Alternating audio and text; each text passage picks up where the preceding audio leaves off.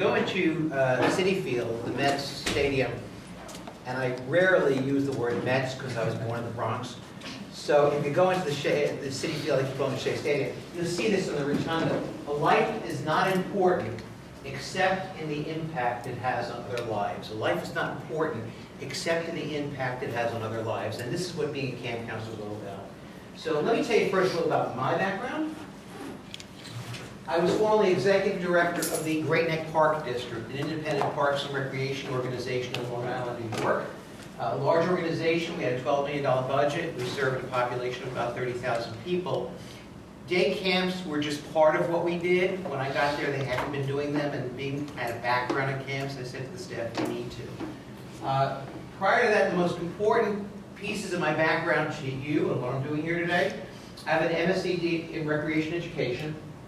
I was a camp counselor for many years. You will hear me say this over and over again. Being a camp counselor was the most rewarding work I've ever done, maybe almost or in line with teaching. It was also the hardest work I've ever done. We'll talk a little more about that. A camp specialist, I was a music and drama specialist, even though I can't sing. I was an arts and crafts specialist, even though I can't draw a straight line, but I did it. Camp director for many years, and then I was recreation manager for the town of Ramapo Parks and Recreation, which is in the northern suburbs of New York. And in that program, we had 14 day camps serving over 3,000 kids a day. So every day throughout the summer, we had 14 sites, 14 camps serving over 3,000 kids a day. So I have an assignment for you. You all have paper in front of you. I'd like you to write down 2 or 3 memories you have of summer when you were a child. 2 or 3 memories you have, something you did, some activity you did when you were a child. So I'm going to give you a few minutes, 2 or 3 activities.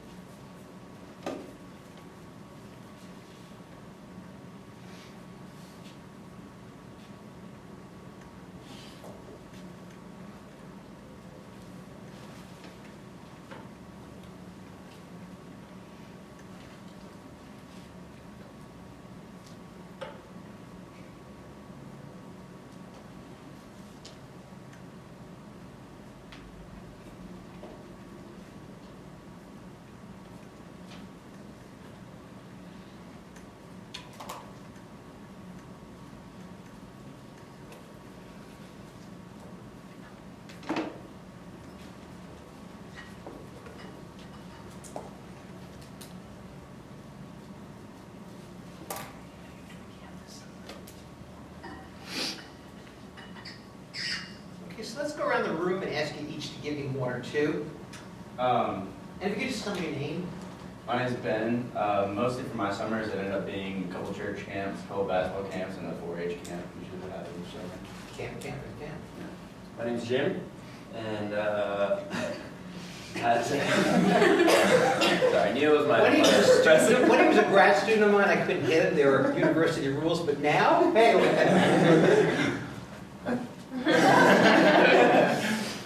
So I played a lot of travel baseball, pool with my mom and my brother and sister, and sleepaway camp. I used to catch frogs and salamanders in the pond behind the camp. Frogs and salamanders. How simple, and yet how much fun. I'm Laura. I used to go to a lot of day church camps, and then I went to my first away camp I think when I was 13, and then I've been to a bunch of sports camps. I'm Rachel. There were always 2 camps that I went to every summer, and then family travel. I'm Becca, and all of my summers are about hanging out with my brothers and my friends, having water balloon fights, and playing cricket and stuff like that. Cool. I'm Andrea, and I would catching fireflies with my sisters at night, going to the lake at my grandparents', and then my first camping trip with a camp brother. I'm Lexi. I said playing kickball and soccer with all the neighborhood kids and going to camp, sleepaway camp. My name is Dimitri. I said swimming at the community pool because I did that a lot growing up. traveling from here to Ohio to visit family. I did that like every summer in spring break. My name's Lexi. I grew up by the beach, so we would just be there all the Tough time in the life. summer. Yeah. Beach. I grew up down in Florida, so like Cocoa Beach area. I used to live in Daytona. Really? Okay, yeah, that's real close to me. And then we also had a trampoline in my backyard, so me and my sister would just be out there all the time. Love it. My name's Bridget. I just remember going and swimming at the swim club, and then going down to the beach and riding our bikes at Bakery in the morning. And then I went to Young Life Camp all through high school. I'm Robert. I either was traveling or playing like some sort of like travel sport or something. I'm Tito, and my family did an annual vacation to Ocean City, Maryland every year over the summer, and I went to a community college camp and did a whole bunch of different camps there.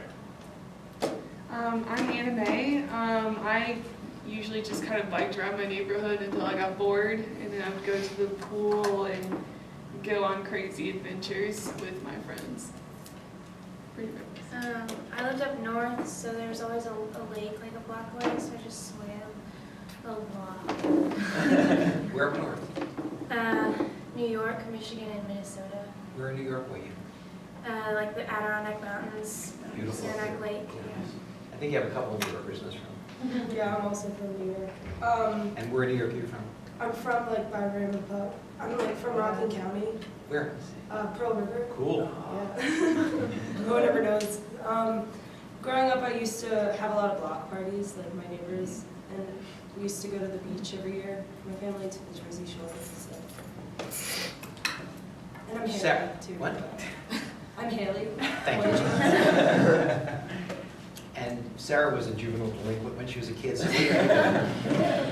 I would have to say that one of my favorite memories from summer camp was we used to go to this skating, it's kind of like Funkies, it was called Wheels, but they had like where you skate, and then they had like the huge jungle gyms, and I remember like playing hide and seek in the jungle gyms when I was like 10 years old. A lot of fun. So I really should have couched that question differently. I should have said, what were your favorite memories as a child, not during the summer. But I find that when I ask that question of counselors, almost always they go back to summer. And I always like to describe it when I used to do my counselor training that summers are what memories are made of for kids. So just keep that in mind. And what I'm going to talk to you about today is just a few things that kind of help you to be better counselors, better camp staff, to help you relate better to kids. And these are things that I've trained my counselors through in the past. These are things I had to learn to do in the past. That's what we're going to talk about today.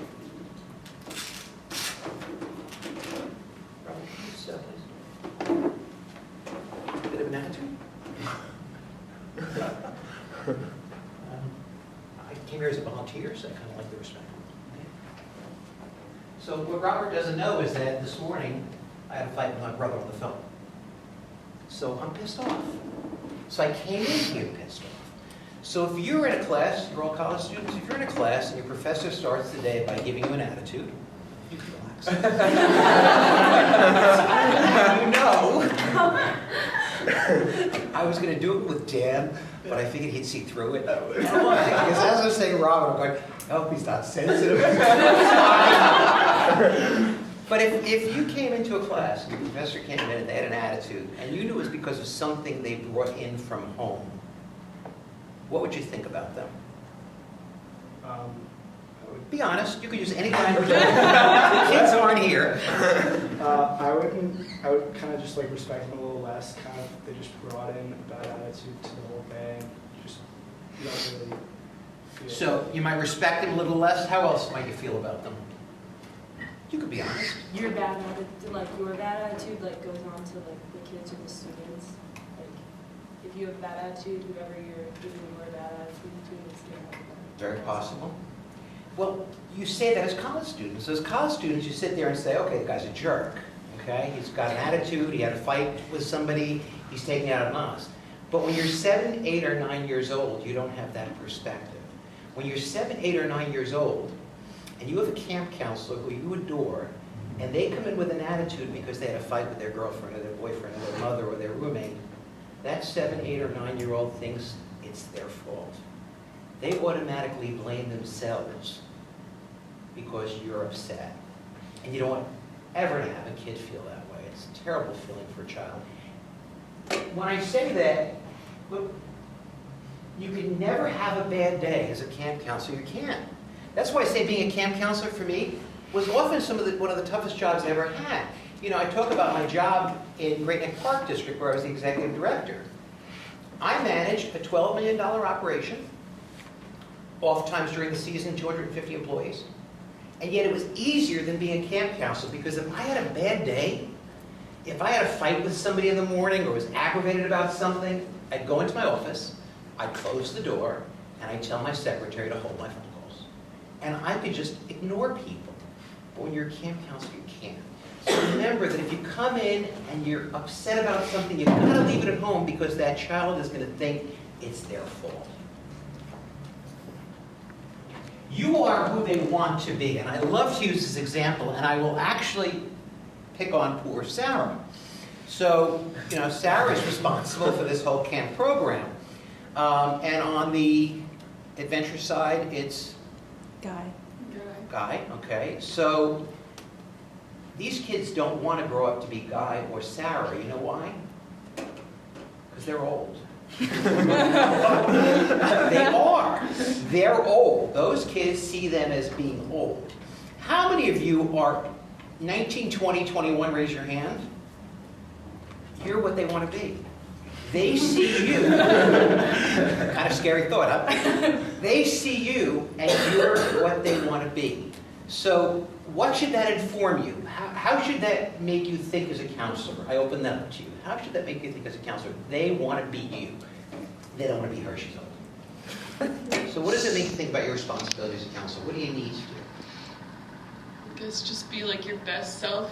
Like, don't act like you would with like another friend. Mm-hmm. You know what I mean? Exactly. You want to be your best self. You don't act like they're just another friend. How else? What? Go ahead. I guess being mindful that these kids might try to emulate you, so just like being a respectful person. Big time. Big time. Because they want to be you, so they emulate you. You know, creating an environment where they understand that it's really good to be someone who's respectful of others, who care about others, things like that. Anything else? Okay. Just keep that in mind. Really, really important.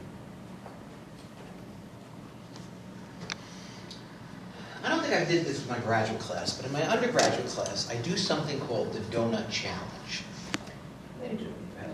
What the Donut Challenge is I throw out a question or a problem in class. And if somebody in the class can get the answer, the next week I bring in donuts to everybody. And they're not just donuts, they're what they call Martin's. You know, Martin's, the grocery store, fun donuts. They have like gummy worms on them and M&Ms on them, something like that. It's really embarrassing. A friend of mine recently asked me if I had ever looked at Rate My Professor for my name. And I said, no, actually not, because if one student said I suck, I'd give up teaching. I'm that sensitive. So her daughter was going off to college. So it turns out she went and looked me up. And she emailed me a couple of days later and said, you're the donut professor? Some of you know my boss, Michael O'Fallon. In fact, many of you more may know his wife, Lisa O'Fallon, who's with the UREC. And Michael came in, he's my boss. He came into my office last year at the end of the semester, and he had his student evaluations and his teaching. And he was so ticked off. I said, what's that? He goes, one of the students writes, you're really nice, but you ought to bring in donuts like Neil Marin. I'm screwed. So I'm giving you a donut challenge. If somebody in this room gets the answer to this, then I promise you I'll work it out with Sarah that if you have a staff meeting the first week of camp or something like that, I will get those fun donuts to you. You're going to have about 2 minutes to solve that equation. Go. No. The donuts are impressive. M&M's, gummy worms. Are we allowed to ask what the variable is? No. In the equation? No. Just have to pick one and go with that. I've never seen. The fact that he would ask that question tells me he knows more than me. Sorry. It's upside down. It's upside down? It doesn't go. They're the kind of donuts that are really large and tasty and spongy. I would actually rather like a dozen of peace, love, and little donuts. Rather a dozen. I haven't tried them yet. Everybody keeps telling me Strites. I love Strites, but my students love the M&Ms, the gummy worms. So This place has like the same. you're avoiding. You're avoiding. Yeah, If I taught psychology, I'd say that's a classic avoidance. Anybody? Anybody? Well, Can we this is phone a friend? This is a trick question, and as a result of giving you a trick question, it's only fair that I make sure that Sarah will reach out to you next week and when camp starts, I'll get you those donuts. But Is it root beer? What's it? when you're planning programs for kids, they must be age and skill appropriate. Okay, now, we laughed this off, it was fun, but imagine being a kid, being presented with an activity they have to do that's beyond their skill level, beyond their knowledge level. It can be very, very frustrating. So as you're planning activities for kids, make sure that they're appropriate for their skill level and their age level. Really important. Wait, is it actually upside down? It looks No. I was an English and recreation major. I don't have a frickin' clue. It's, I thought that was like part of the trick. it's I cut and pasted it from something. But the fact that you know that is scary. No, I don't. It just like 'cause that upside looks down like and backwards. pie. yeah, that's what it. In the ones the look like variables are they. different too, so you can't Yeah. solve that. Sarah, I think you hired people that a little too deeply. So some of the age-appropriate considerations, muscle development and motor skills, making sure when you're doing a physical activity that they're of an age where they can do those things. And if you're working with a certain group of kids, let's say you're working with 7-year-olds, you can pretty much Google that and find out what muscles are developed at that age. You know, when they're younger, it's the fine motor skills that are tough for them. When they're older, they have stronger muscular, large muscles. So think about that when you're planning activities. We talked about age-acquired knowledge. What do they know going into the activity that can help them do the activity? Or what do they not know that might make the activity more frustrating for them? What are their social skills? And camp, for many kids, camp is a really wonderful time, and we're going to talk about that in a minute, for them to develop their social skills. You know, oftentimes in school, especially with today's standards of learning, there isn't a lot of time for that social development, the interaction, the recreational activities that allow that recreation, that interaction. Camp is what that's about. And their attention span. Please keep that in mind, that if you lose a child because of their attention span, you're going to